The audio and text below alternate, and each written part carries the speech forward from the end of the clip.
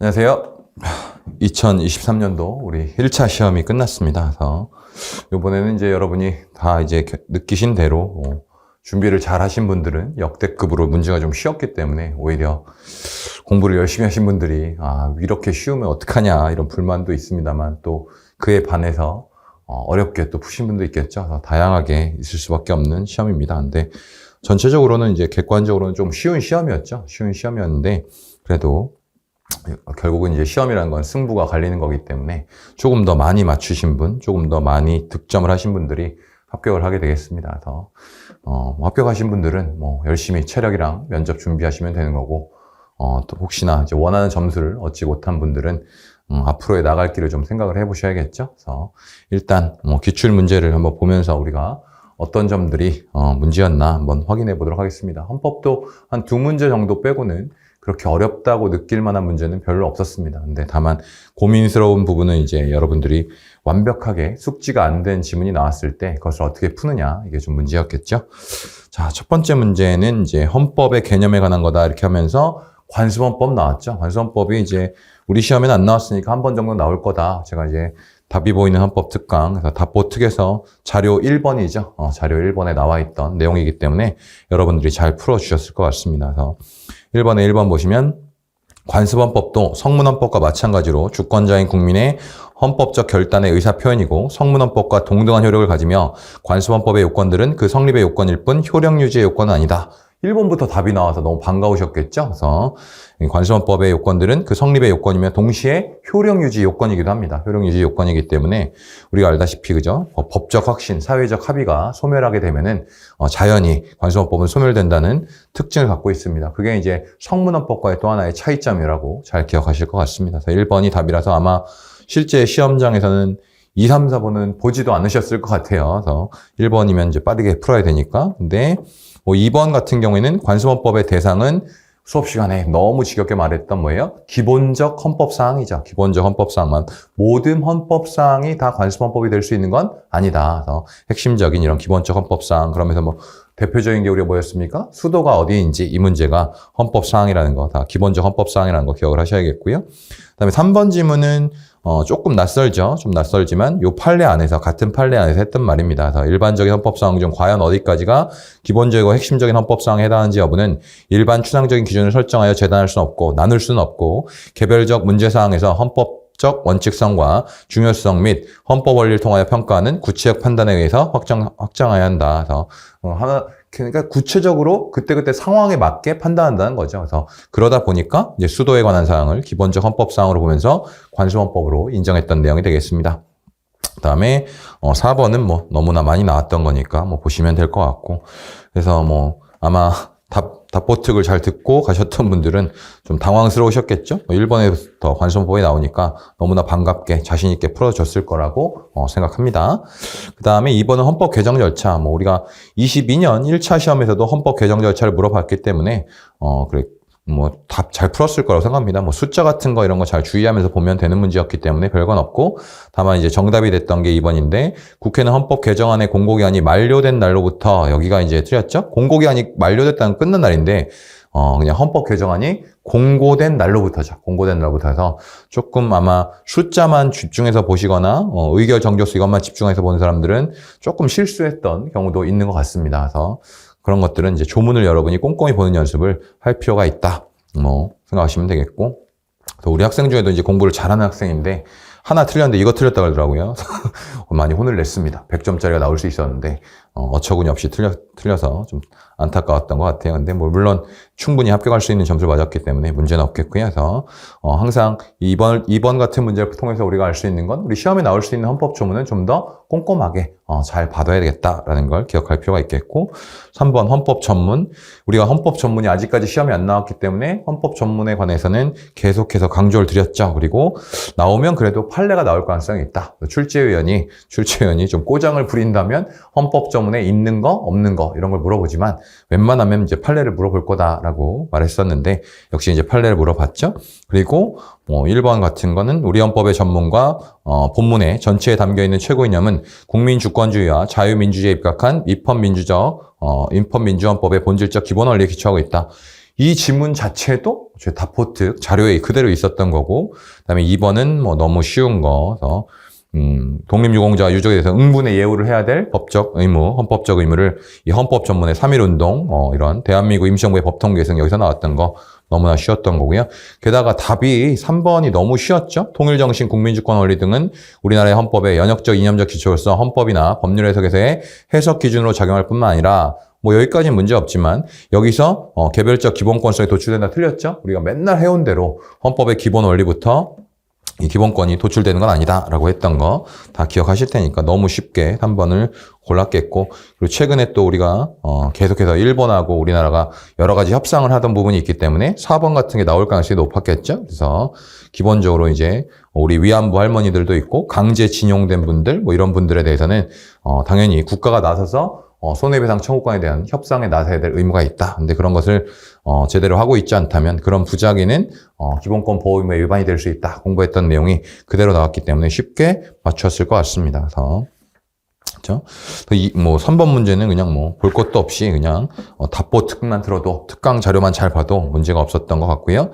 네, 4번이 조금은 이제 틀리신 분들이 있는 문제가 되겠습니다. 그래서 공무원 제도에 대해서 물어봤는데 1번은 뭐 선거에서의 중립 의무가 있는 이런 구조의 공무원은 원칙적으로 국가와 지방자치단체의 모든 공무원, 즉 좁은 의미의 직업 공무원은 물론이고 대통령, 국무총리, 국무위원, 지방자치단체장을 포함한다. 그래서 여기에 만약에 뭐 지방의 의원이나 국회의원이 들어갔다면 틀린 지문이 됐겠지만 대통령, 뭐 지방자치단체장은 포함된다. 뭐 장관들도 마찬가지고 정치적, 선거에서의 중립 의무는 뭐 당연히 포함이 되는 거죠. 물론 정치적 성격의 공무원은 전체적으로는 정치적 중립 의무를 지지 않을 수 있습니다만 선거에서의 중립 의무를 물어봤다는 걸 기억하시면 되겠고, 그다음에 2번 국회의원과 지방의회의원은 정당의 대표자이자 선거운동의 주체로서 지위로 말미암아 선거에서의 정치적 중립성이 요구될 수 없으므로 구조의 공무원에 해당하지 않는다. 그렇죠? 금방 말씀드린 대로 국회의원이나 지방의회의원은 선거운동 같은 걸 할 수 있습니다. 다만 우리가 이제 비교해서 맨날 공부했던 건 뭐였죠?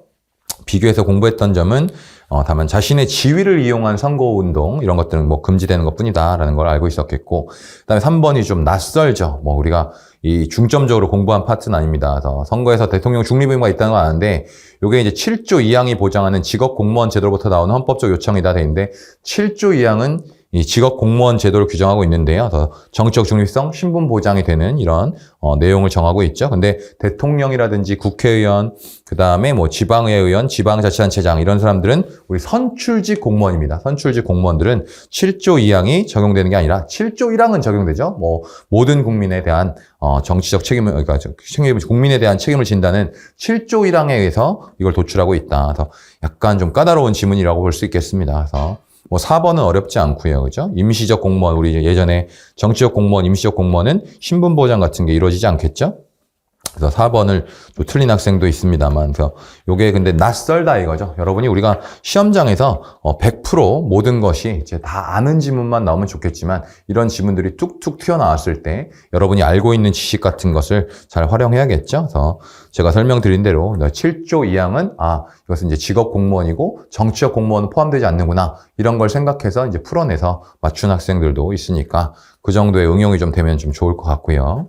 앞으로도. 그다음에 이제 5번, 이제 4번까지가 이제 헌법 총론에 대한 문제를 물어봤고, 이제 기본권 주체에 대한 거 계속 나오고 있죠. 뭐 기본권 주체는 기본권 총론에서 가장 의미가 있는 내용인데, 1번이 또 답이었어요. 되게 어렵지 않았죠. 그래서 우리가 법인도 인격권의 주체가 될 수 있다. 그래서 사과 명령, 우리 사죄 광고 이런 거 비교하면서 너무나 많이 했던 내용들입니다. 그래서 인격권 제한이자 또한 침해가 되기 때문에 침해라면 당연히 제한은 전제된 거죠. 그래서 1번이 답이라는 거 어렵지 않게 찾았을 것 같고, 그 다음에 2번 외국인에게 직업의 자유의 주체성이 인정되느냐. 다만 이게 원칙적으로보다는 이제 아주 제한적으로만 직업 선택의 자유가 인정되는 거고, 또한 우리 자격제도 판례 같은 거, 의사 자격 같은 거 이런 것들을 주는 이런 판례에서는 여기 있는 2번 지문 같은 말을 했죠. 또 뭐 마지막 모의고사까지 열심히 공부하고 간 거기 때문에 문제가 없었고, 그다음에 3번도 그렇고요.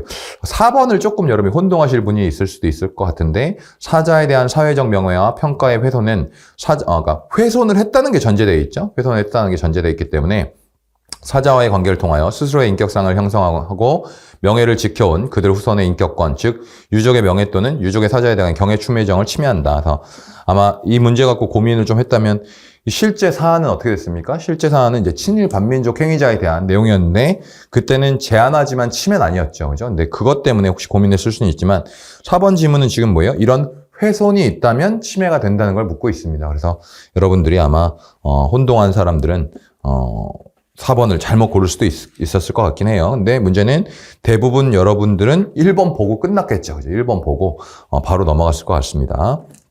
그 다음에 기본권 총론 파트에 이제 기본권 보호 의무죠. 기본권 보호 의무. 1번은 뭐 너무나 쉬운 리딩 케이스니까 우리 확성 장치에 대한 거 1차 시험부터 환경권 침해에 대한 판례가 나왔었던 거고 그다음에 우리 담배 그죠? 예전에는 이 판례가 나온 다음에 어떻게 됐다 그랬죠? 담배에 대해서 기본권 보호 의무 과소 보호금 전칙에 위반되지 않는다. 이런 말을 하면서 이제 담배 가게에다가 사진이 들어갔다고 했죠. 조금 더 기본권 보호 의무, 생명권 보호 의무를 이행하기 위해서 들어갔다. 그런 것들 어렵지 않고. 그 다음에 3번, 뭐 이것도 너무나 많이 봤던 거. 결론적으로 3번 같은 경우에는 우리가 이 재판 절차 진술권, 피해자의 재판 절차 진술권 침해로 위헌이 나왔습니다만 기본권 보호 의무 위반은 아니라는 얘기를 수도 없이 해왔죠. 그래서 여러분이 단순히 합헌 위헌을 또 기억하는 게 아니라 왜 위헌이 됐고 이런 것들을 잘 공부했죠. 그래서 이걸 이제 소위 말하는 기본권 보호 의무가 위반이 아니라는 이유는 뭐였다? 모든 기본권 보호 의무 이행을 위해서 무조건 형벌을 사용해야 되는 건 아니다. 라고 했던 거, 강조했던 거 기억을 하실 것 같습니다. 그래서 3번도 뭐 잘 알만한 거고 그다음에 4번도 이거 뭐였습니까? 태아가 우리 소위 말해서 사산된 경우에 손해배상 청구권을 인정하지 않는 게 위헌이냐? 이게 문제가 됐던 사안인데 보호의무 위반이 아니었다. 그래서 실제 여러분이 시험장에 들어가시는 분들은 보호의무 위반인 판례들은 다 알고 있었겠죠. 그렇기 때문에 별로 어렵지 않았다. 3번이 제일 이제 적당히 공부하신 분들은 이제 까다로울 수 있습니다만 여러 번 반복을 해왔기 때문에 잘 풀어주셨을 것 같습니다.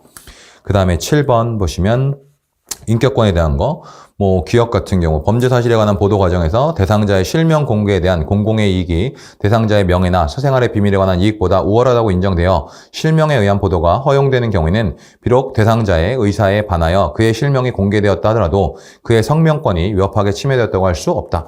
우리 이건 뭐 상식적으로 풀 수 있는 질문이 되겠죠. 그래서 이 뭐 피의자라든지 피고인이라든지 이런 사람들의 이름, 우리 몇 명은 막 생각나는 거 있잖아요, 그죠? 최유정이라는 이런 피고인도 있었고 남편을 뭐 토막살인했던 경우도 있었고 최근에 무슨 김은혜 씨인가요? 최은혜 씨인가요? 뭐 이런 분도 있었죠. 뭐 그것도 남편을 죽였던 뭐 이런 사건들. 이럴 때 법이 허용하는 범위 내에서 공익을 위해서 많은 사람들의 이익을 위해서는 이때는 이제 실명 같은 거 공개할 수 있다. 그래서 성명권이라는 거, 내가 원하는 대로 이름을 사용하는 거 이런 게 절대적 기본권 아니라는 걸 생각해 주시면 되는 거고. 그 다음에 니은도 그죠? 부성의 사용만을 강요하여 성의 변경을 허용하지 않는 거였죠. 그래서 지금은 선택권이 있습니다. 아버지 성을 따를지 어머니 성을 따를지 선택권이 있습니다만 과거에는 무조건 아버지 성을 따르도록 하고 있었던 부분이 이제 문제가 있어서 위헌이 나왔죠. 이것도 인격권도 침해됐던 내용이고 그 다음에 디귿은 뭐 첫 시험에 나온 대로 그죠? 이것도 인격권을 침해한 건데 이 판례는 우리가 맨날 목적의 정당성조차 인정되지 않는다고 해서 지겹게 봐왔던 판례가 되겠습니다. 그 다음에 그럼 기억, 니은, 디귿 결국 리을이 이 정답을 결정하는데 핵심 키워드였겠죠. 그래서 2번이냐 4번이냐를 고르는데 이제 고민이 많았을 텐데 이런 지역아동센터의 시설별 친고 정원의 80% 이상을 돌봄 취약아동으로 구성하도록 한 보건복지부의 이런 2019년도 지역아동센터 지원사업 안내 관련 부분은 인격권을 침해한다. 제가 이 부분을 그죠? 우리 김폴카 마지막 최종 점검하는 3회 모의고사 중에 제가 2회 3회를 냈어요. 2회 3회 냈는데 2회 문제에서 제가 이것을 출제해서 아마 그죠? 지금 뭐 학생들 만나보면 야 돌봄 취약 이거 나와서 매우 놀랬다. 선생님이 평소에 알려주지도 않더라도 마지막에 또 이런 걸 알려줘서 너무나 쉽게 풀었다. 가볍게 리을 제낄 수 있었다. 이렇게 말하더라고요. 근데 때로는 또 저는 그거 안 풀어봤는데요. 기억이 안 나던데요. 하는데 그럼 어떻게 했냐? 선생님이 맨날 잘 모르는 판례 나오면 합헌 추정해라.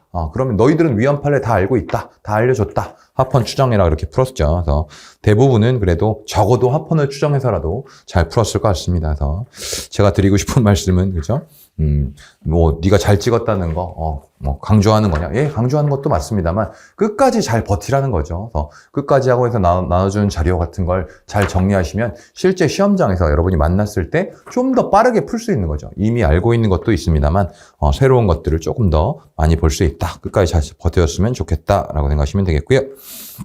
그 다음에 이제 8번은 평등권인데, 8번 문제를 보면서 전 개인적으로는 되게 성의 없다고 생각했습니다. 그래서 1번이 지난 시험에도 나왔던 것 같죠? 그래서 가집행 선고 제한했던 거, 이거, 뭐 평등원칙 위반되지 않는다. 그래서 위반이죠. 이거 1번만 보고도 잘 알았을 거고, 그 다음에 2번, 3번, 4번이 너무나 익숙한 내용들로 평등권에 대한 문제는 진짜 주는 문제였습니다. 그래서 1번만 보면 되는 거였죠. 2번은 뭐, 이것도 문제 많이 풀어서 본인하고 유족, 그 다음에 3번 내부 공익신고자, 뭐 학생 선발 시기, 뭐 별것도 없죠. 자사고를 후기 학교로 규정한 거. 소위 말하는 우리 뭐죠? 동시 선발 조항은 합헌이다. 이런 거 다 알고 있었죠. 그래서 너무나 쉽게 풀었던 8번은 주는 문제였습니다. 이런 문제는 잘 주워 먹으면 되는 거고, 자, 이번 시험에 가장 어떻게 보면 여러분을 제일 피곤하게 했고 좀 어렵게 했던 게 명확성 원칙의 이 문제였죠. 9번 문제였습니다. 그래서 1번이 이제 공익을 해야 할 목적으로 해서 이제 허위의 통신 가운데 어떤 목적의 통신이 금지되는 것이 고지하여 주지 못하므로 표현의 자유에서 요구하는 명확성 원칙이 위반된다. 그래서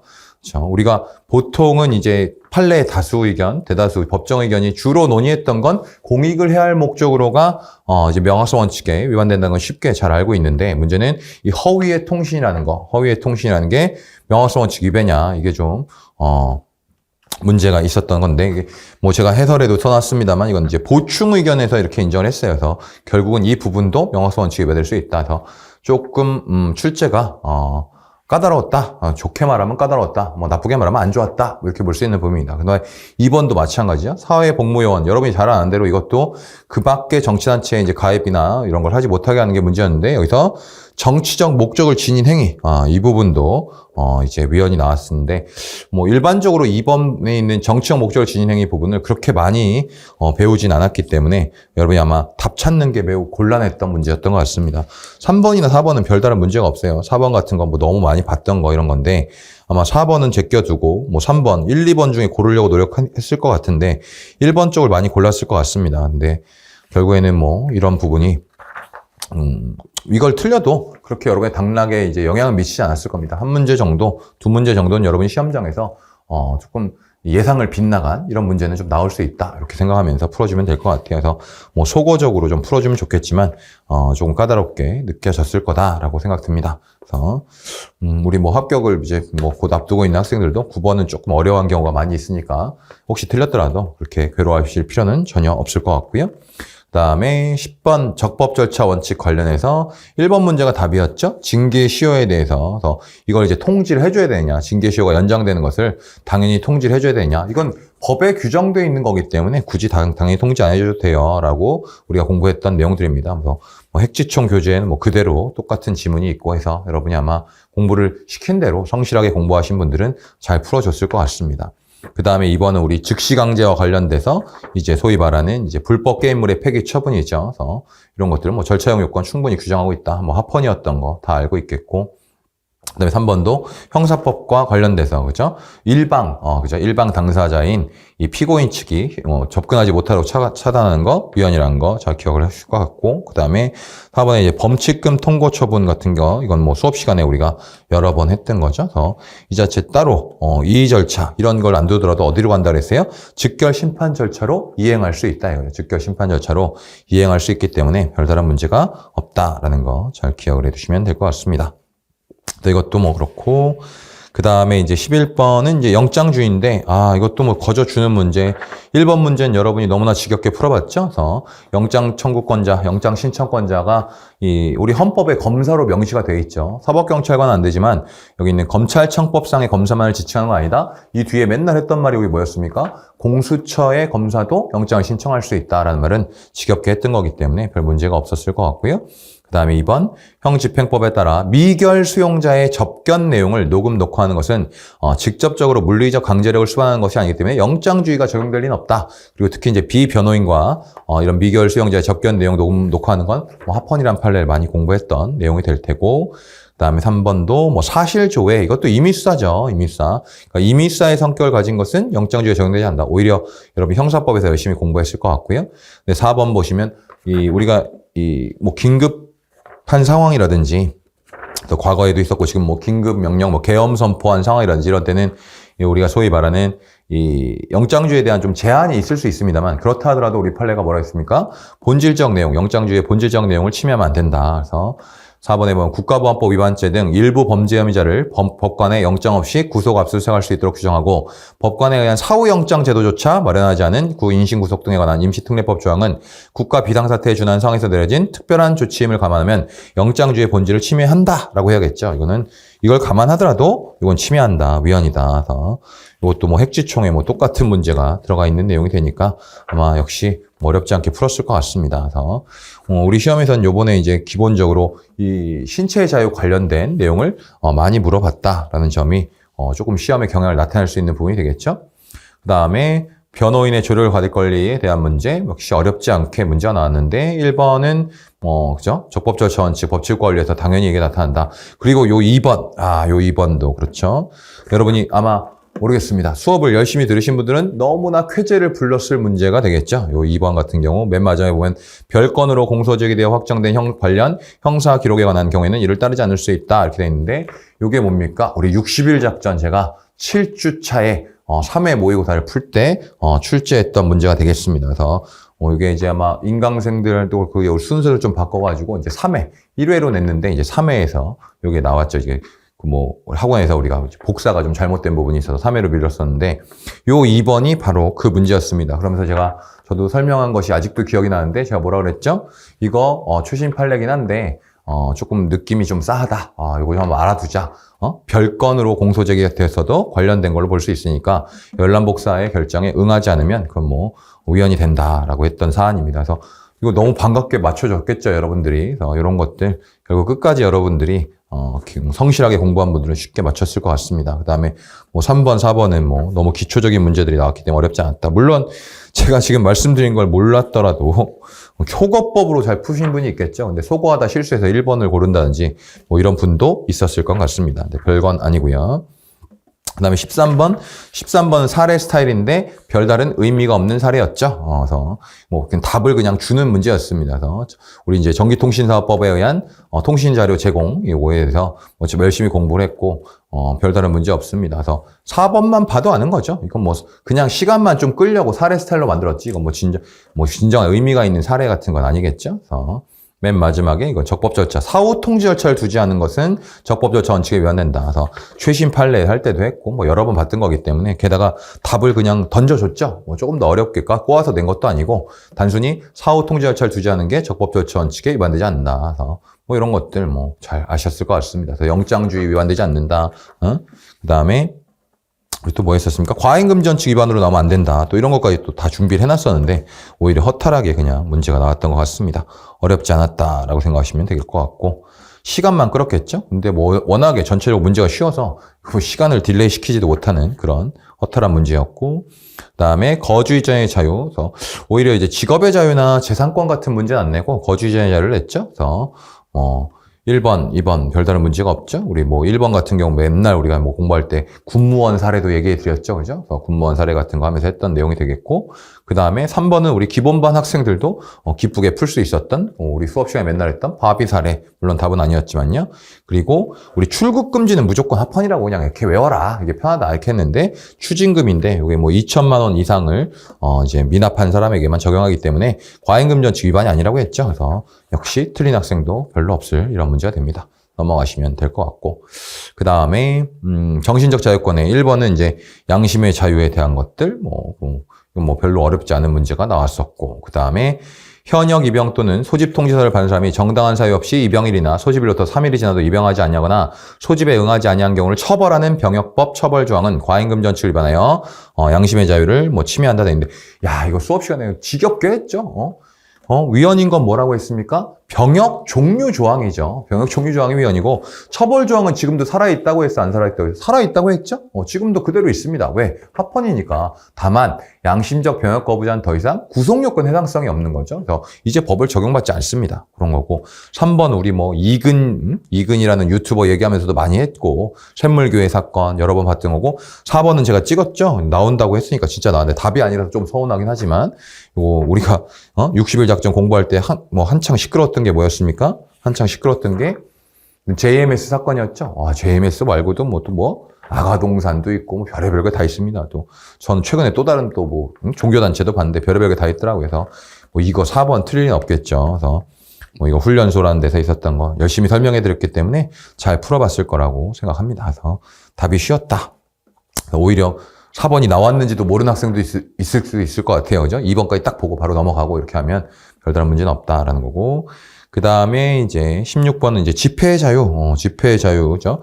집회의 자유에서는 기본적으로 이제 뭐 대통령 공관 근처에서의 집회 금지 뭐 이런 게 나오지 않을까 했는데 그건 너무 최신이라 안 난 것 같긴 해요. 근데 다음 시험에 좀 다시 물어볼지 모르겠죠. 그래서 1번 같은 건 이제 장소 결정의 자유 관련해서 맨 마지막에 있는 집회 장소를 항의 대상으로 또 분리시키는 것은 원칙적으로 금지된다. 이런 것들 잘 아실 테고 2번 뭐 여러 시험에서 최근에도 물어봤던 내적인 유대관계 정도면 충분하다. 이 얘기 되겠고요. 그 다음에 3번 집단적인 폭행, 협박, 손괴, 방화 등으로 공공의 안녕 질서에 직접적인 위협을 가할 것이 명백한 집회 또는 시위의 주체를 금지하는 것은 집회의 자유를 침해하지 않는다. 여기는 폭행, 협박, 손괴, 방화, 예시적 입법을 하고 있죠. 이런 것들은 충분히 알고 있다. 그리고 여러분이 아는 대로 우리 소위 말하는 폭력적 집회는 보호 범위 안 들어오니까 금방 풀었을 수 있을 것 같습니다. 죄송합니다. 그 다음에 4번 답은 이건 뭐 너무 쉬웠죠. 우리 경찰이 신고 범위를 벗어난 동안에만 이렇게 되면 불법이 되니까 집회 참가자를 촬영하는 거 뭐 문제가 없죠. 더 집회 자유 침해가 아니죠. 영장이 없더라도 괜찮다 했던 거. 물론 이 판례를 제가 설명드리면서 수업 시간에 5대 4다. 5명의 의견이 좀 위헌적으로 간 면이 있다 하는데 조금 더 어렵게 나올 수도 있었는데 쉽게 나왔죠. 이건 뭐 기본서부터 여러 번 봤던 판례이기 때문에 어렵지 않았을 것 같습니다. 그 다음에 이제 표현의 자유 1번 그죠? 이건 제가 뭐 마지막에 모의고사 보면서도 강조했듯이 이거 사전 검열 맞다. 다른 뭐 그 기본 교과서나 뭐 이렇게 문제집에서 이거 사전 검열 아니라고 해설 안 바꾼 거 잘못된 거 풀지 말라라고 했기 때문에 잘못 푼 사람 없었을 것 같고 그 다음에 2번 같은 경우에는 이제 판례가 바뀌어서 여러 번 이렇게 옮겨지고 했던 거기 때문에 어렵지 않았을 것 같습니다. 선거운동 기간 중에 있는 거 침해가 된다는 거 다 아시고 있는 거. 그다음에 3번 그렇죠.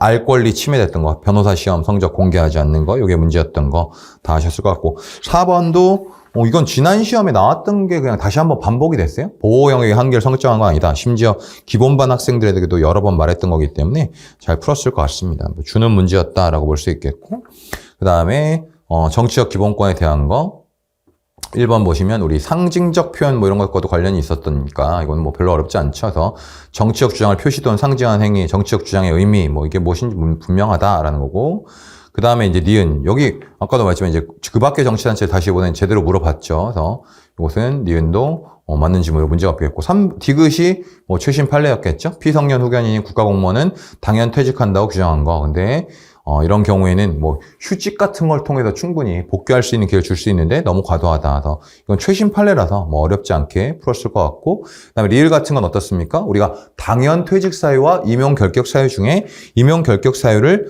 더 좀 강력하게 규정할 수 있다. 그렇기 때문에 주의해라라고 했죠. 근데 이거 혹시나 실수한 학생이 있다면 리을을 좀 잘못 읽어서 이게 뭐 당연 퇴직으로 착각할 수는 있었겠지만 밑에가 OX 이런 거라 착각을 했어도 정신 차릴 수 있는 기회가 있었어요. 그죠? 개수 문제가 아니기 때문에 그리 어렵지 않았다. 이번에 우리 시험에서는 개수 문제가 없었죠. 그래서 아마 여러분이 좀 더 쉽게 느껴질 수도 있을 것 같습니다. 개수를 안 냈기 때문에. 그 다음에 청원권에 대한 거. 자, 1번도 많이 풀어봤던 내용이죠. 수용자가 발송한 서신이 국가기관에 대한 청원적 성격을 가지고 있는 경우에 교도소장의 허가를 받도록 한 것은 이건 뭐 청원권을 침해하는 게 아니죠. 이건 뭐예요?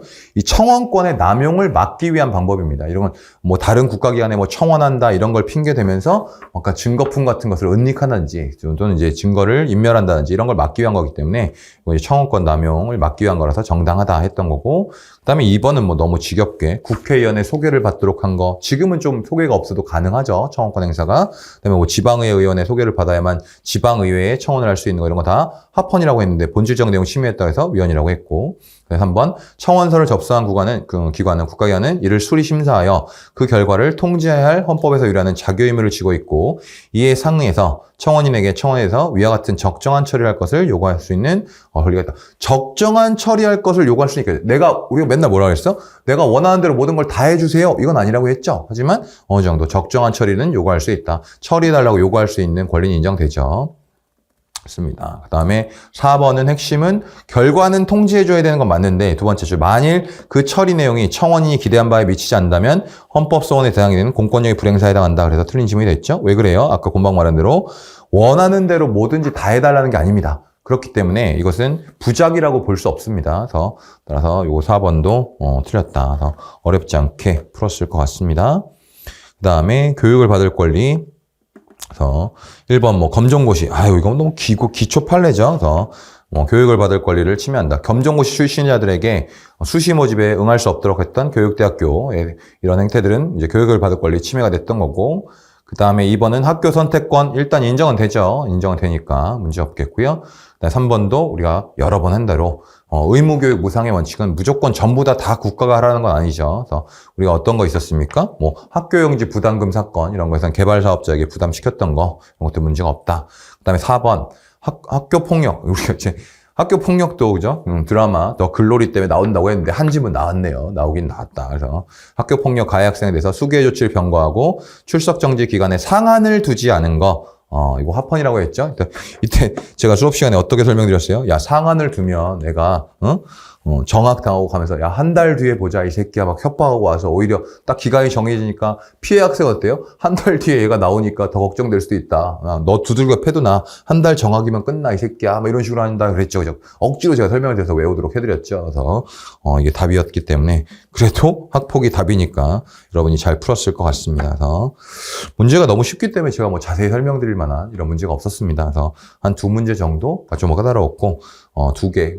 아무리 많이 틀려도 여러분이 한 4개 안쪽으로 막았어야 되는 이런 상황이 됩니다. 그래서 또 여경 같은 경우에는 한 3개, 4개 뭐 그 이상을 틀리면 거의 곤란하겠죠. 그래서 개인적으로는 이번 시험이 너무 난이도 조절에 실패한 것 같아요. 쉽게 낸다면 이게 커트는 올라가는데 약간 이제 이 합격자를 결정하는 게 누가 실수 안 하나 이 싸움으로 갈 수밖에 없겠죠. 그렇게 되면 이 변별력이라는 게 좀 문제가 있습니다. 그래서 앞으로 있는 2차 시험은 조금 더 어려운 문제가 나올 가능성이 있으니까 또다시 시험을 준비하는 학생들은 좀 그에 대해서 대비를 해야 될 것 같아요. 그래서 혹시 이제 우리 리챌린지 하는 학생들이나 앞으로 남은 시간 이제 공부하는 학생들 위해서 제가 간단히 몇 가지만 좀 설명드리고 싶은데요. 그래서 공부 방법론에 대한 걸 제가 이제 수업 시간에 종종 말씀드리는데 여러분들은 좀 체계적으로 말씀드릴 필요가 있는 것 같아요. 그래서 처음에 이제 기본기를 쌓아야겠죠. 기본기라는 것이 좀 필요합니다. 그래서 이것들을 이제 기본서를 통해서, 기본서나 기본 강의를 통해서 어느 정도 이때 이해와 이해를 좀 하고요. 그 다음에 익숙해질 것. 그렇죠? 용어가 어려운 거기 때문에 여기 이제 익숙해질 것, 이게 좀 필요하겠죠. 그리고 그 다음엔 결국 어떻습니까? 약간의 이제 기본기를 쌓는 이런 과정이 이제 반복이 좀 필요합니다. 사실은 순환에 대한 반복이 필요하다. 그 다음엔 결국 어디로 가겠습니까? 이 기본서를 보면서 판례에 대한 내용을 이제 암기하는 절차가 좀 들어가야겠죠? 그리고 점수가 어느 정도 이제 나올 수 있을 것 같다 그러면 기출문제집이라든지 그리고 이제 핵지총이 있습니다. 핵심 지문 총정리. 이 핵지총 같은 것을 이제 반복을 해서 봐두면 좋을 것 같아요. 그러니까 여러분들이 공부하는데 최종적으로 내가 끝까지 뭘 가져가야 될까 이런 걸 고민한 분이 많이 있잖아요. 기본서를 정리 잘하는 사람은 기본서를 끝까지 가져가면 됩니다. 그걸 아주 빠른 시간에 볼 수 있다면. 근데 내용이 많기 때문에 우리가 때로는 이제 압축 노트 같은 이런 요약서를 사용하기도 하고요. 압축 노트 같은 요약서를 사용하는데 그냥 압축 노트만 보면 좀 위험한 부분이 있습니다. 기본서의 내용이 충분히 여러분이 숙지되었다면 이러한 요약서를 활용해도 좋겠고요. 그래서 이런 것들을 통해서 계속 반복을 하면서 이 문제집과 핵지총이 있는데 최종적으로 전 개인적으로 권하는 건 이 핵지총입니다. 그래서 두 가지 기출 커리와 핵지총 커리 하나를 타니까 난 하나만 봐야지 이렇게 생각하는 학생도 있을 수 있지만 기본적으로는 어떻습니까? 두 개를 좀 보완해서 보는 게 좋아요. 이 핵지총도 기출을 바탕으로 만들어 놨지만 여러분이 문제 풀어보시면 알지만 딱 하나의 답을 고르는 건 우리 이번 기출문제처럼 그냥 어렵지 않게 고를 수 있지만 다른 지문들도 사실은 공부할 때는 놓치면 안 됩니다. 놓치면 안 되기 때문에 내가 정확하게 그 지문의 OX를 알고 있는지 연습을 해두는 좀 시간이 좀 필요하다. 그래서 고득점 받은 학생들, 뭐 여유 있는 점수 받은 학생들은 핵지총을 좀 많이 본 것 같고요. 그래서 이런 것들을 좀 제가 물론 수업 시간에 계속 말씀드리는데 이걸 좀 활용을 좀 덜 하시는 것 같습니다. 그리고 이제 60일 작전으로 마무리하겠죠. 요번 시험 같은 경우에 제가 아까 말씀드린 대로 그죠? 답보특, 답이 보이는 특강 이 자료 이거 제가 대충 만드는 자료가 아닙니다. 이 자료 같은 걸로 매번 여러분 시험 보기 전에 그때 그 시험에 맞는 판례 한 200개 정도 골라서 여러분들과 함께 정리하고 있습니다. 그래서 이게 뭐 다음 시험이 어렵다 하더라도 이것만 잘 봐도 60, 70, 그러니까 우리로 따지면 30에서 40점 사이를 깔아주는 문제를 확보하고 갈 수 있는 거예요. 근데 그것조차 하지 않으면 여러분이 아주 최소한의 노력을 하지 않은 거니까 이런 것들 정리하고요. 다만 이런 특강까지 가기 전에 어때요? 이 특강을 들으면서 여러분한테 제가 요구하고 싶은 이런 거죠. 그냥 그렇지, 그렇지. 그냥 한 번 더 확인을 하는 겁니다. 한 번 더 확인하고 이때 배우란 얘기 아니야. 또 오해해가지고 또 이것만 들으면 되는구나. 다른 공부 하나도 안 하고 그게 아니라 대부분의 학생들은 이걸 시험 한 2주 전쯤이나 이때 이제 수업을 합니다. 좀 더 빨리 해드릴 수도 있습니다만 그건 빨리 안 하고 왜 그렇게 미뤄서 하느냐? 시험장에서 기억이 나기 위해서입니다. 이걸 봤다. 어떤 학생이 이제 막 끝나고 왔어요. 그죠? 시험 공부를 열심히 한 학생인데 와서 오자마자 저한테도 말해줍니다. 다포특 대박. 선생님 다 나왔어요. 그건 뭐예요? 바로 직전까지 봤기 때문에 다 볼 수 있는 거죠. 시험에서 누가 점수를 제일 잘 받을 것 같아요? 열심히 공부한 사람? 아니에요? 바로 직전에 본 놈입니다. 직전에 본 놈은 바로 찍을 수 있어요. 그죠? 답을 찾을 수 있다. 열심히 공부했는데도 결국 나중에 정리가 안 될 수 있잖아요. 그래서 이거 이제 최종적인 정리를 하면서 기본적인 내용 다 알고, 물론 최신 판례 요번엔 좀 출제가 많이 되진 않았습니다만 전체적으로 제가 제 책에는 또 한 3개년 판례 같은 걸 뒤에 더 넣어드렸거든요. 그것까지 합치면 더 많이 나왔겠죠. 그런 것들. 또 여기서도 최신 판례 제가 언급해드렸고, 아까 말했던 그냥 훈련소 판례라든지 이런 거는 뭐 또 언급하고 했겠죠. 아까 뭐 사례 문제로 나왔던 것도 다포특에서 적법 절차 원칙 위반인 거 알고 있지? 이 정도만 해도 시험장 가면 바로 떠오를 수 있습니다. 그래서 그런 걸 잘 풀어주시고, 그 다음에 마지막 모의고사까지, 그죠? 모의고사, 최종적인 모의고사까지 잘 해주시면 좋겠어요. 아까 말씀드린 대로 거기서도 여러분들 많은 학생들이 우리 점수 잘 본 학생들 어때요? 마지막 모의고사가 되게 쉬웠다. 왜 이렇게 쉽게 내셨지 했는데 시험장 가니까 그대로 나왔다. 형사법은 중구쌤이 내신 줄 알았다. 우리 학원 선생님들이 다 낸 줄 알았다. 현주쌤이 냈다. 우진쌤이 냈다. 그런 말 할 정도로 끝까지 잘 버텨주는 게 중요하겠죠? 수험 생활을 하다 보면 자기 고집에 잘 빠집니다. 그리고 또 어떤 분은 또 귀가 또 얇아가지고 이렇게만 하면 돼. 저렇게만 하면 돼. 이런 말에 흔들릴 수 있는데 가장 좋은 건 정도를 걷는 거예요. 물론 얄팍하게 공부해서 적당히 해서 좋은 점수를 받으면 그게 제일 좋겠지만 시험장에서 문제를 만나기 전까지는 되게 두렵겠죠. 그죠? 그런 두려운 마음으로 공부할 수 없으니까 일단 충분히 공부해놓고 마지막에 정리 잘 한 다음에 시험장에 들어가서 점수 맞는 게 중요하다.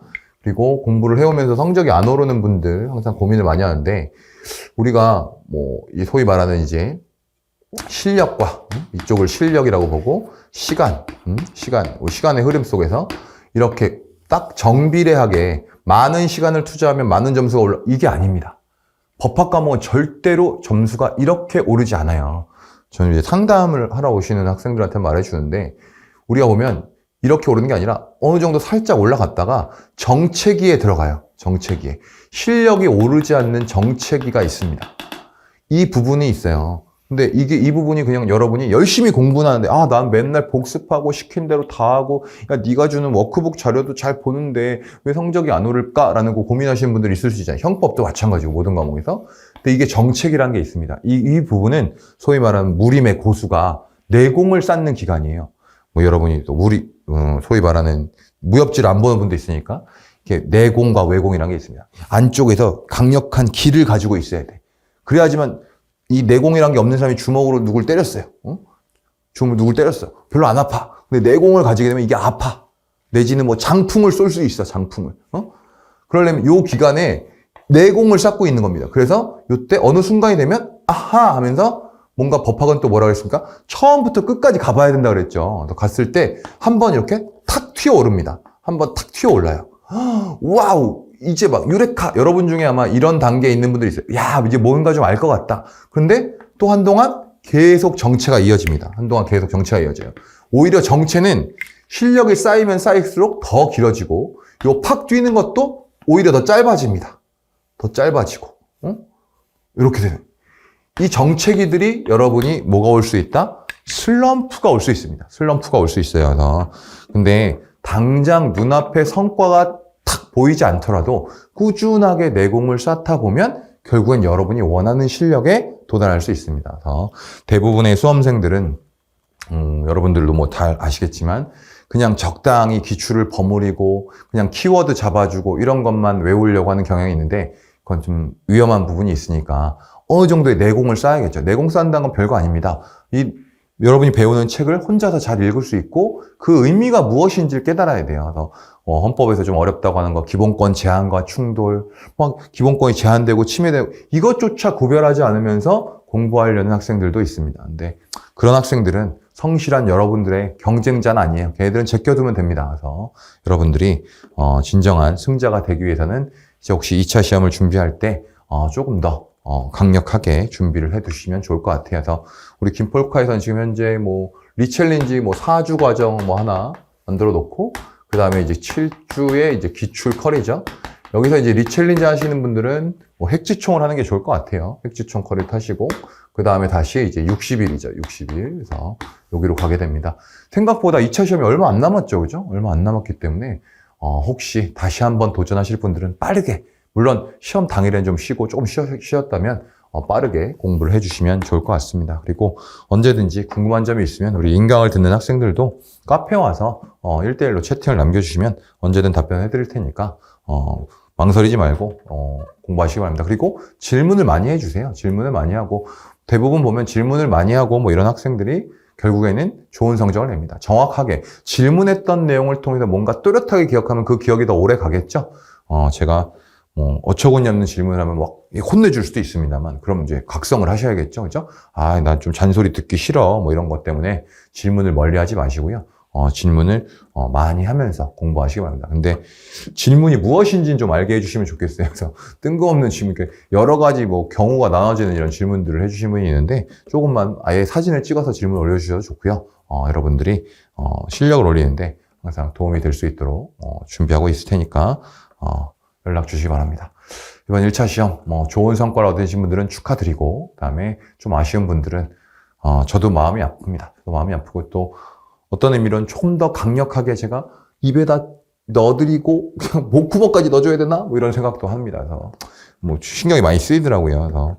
그래서 우리가 여러 가지 뭐 시험 끝나고 또 정말 합격했으면 좋겠다. 저와 함께 해주시는 모든 분들이 합격하기를 원하고 바라고 있겠죠. 근데 선생님 저 이번에 이런 부분이 문제가 있어요. 그러면 강사도 매우 이제 신경이 많이 씁니다. 그래서 남은 2차 시험에서는 좀 더 여러분들이 실수를 덜 하고 좀 더 확실하게 맞출 수 있도록 준비하도록 하겠습니다. 그래서 모두 마음 잘 추스르기 바랍니다. 수고했습니다.